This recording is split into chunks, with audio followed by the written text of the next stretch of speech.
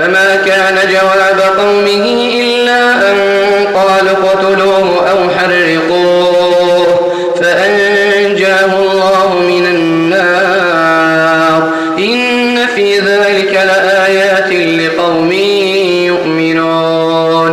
وقال إنما اتخذتم من دون الله أوثانا مودة بينكم في الحياة الدنيا ثم يوم القيامة يكفر بعضكم ببعض ويلعن بعضكم بعضا ومأواكم النار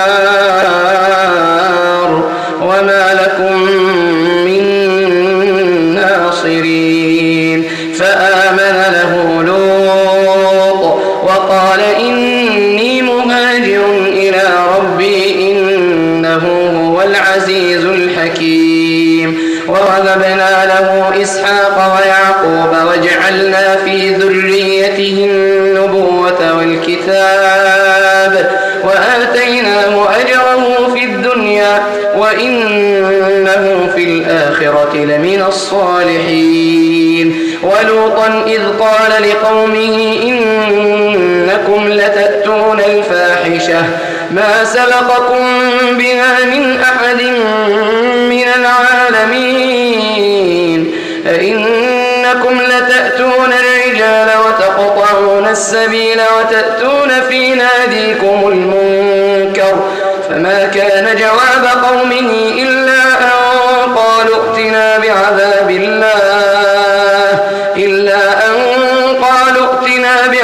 الله إن كنت من الصادقين.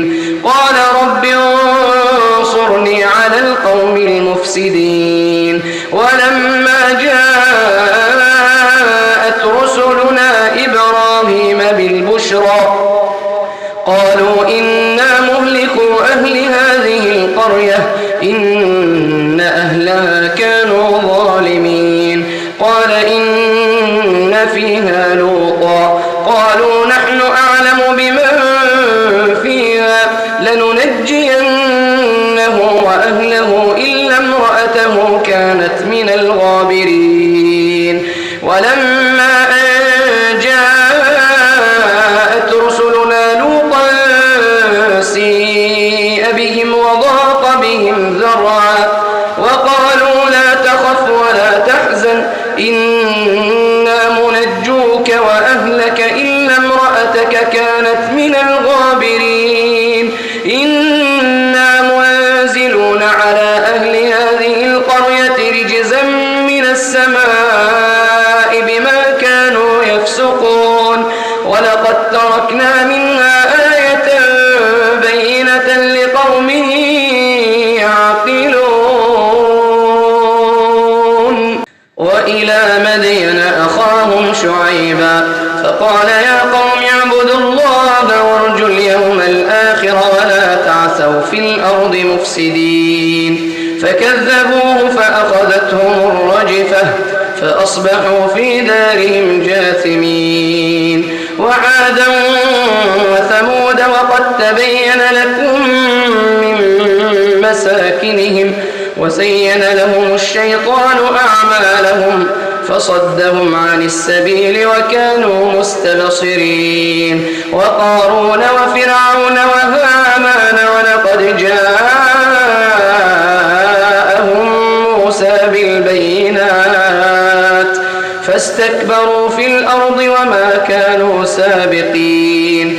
فكلا أخذنا بذنبه فمنهم من أرسلنا عليه حاصبا ومنهم من أخذته الصيحة ومنهم من خسفنا به الأرض ومنهم من أغرقنا وما كان الله ليظلمهم ولكن كانوا أنفسهم يظلمون.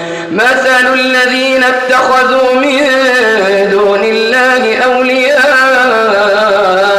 كمثل العنكبوت اتخذت بيتا وإن أوهن البيوت لبيت العنكبوت لو كانوا يعلمون. إن الله يعلم ما يدعون من دونه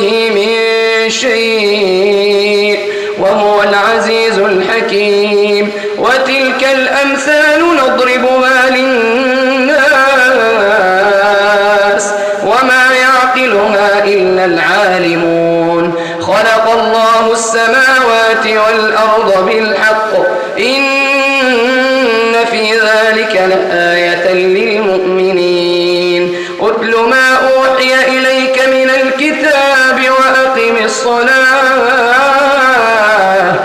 إن الصلاة تنهى عن الفحشاء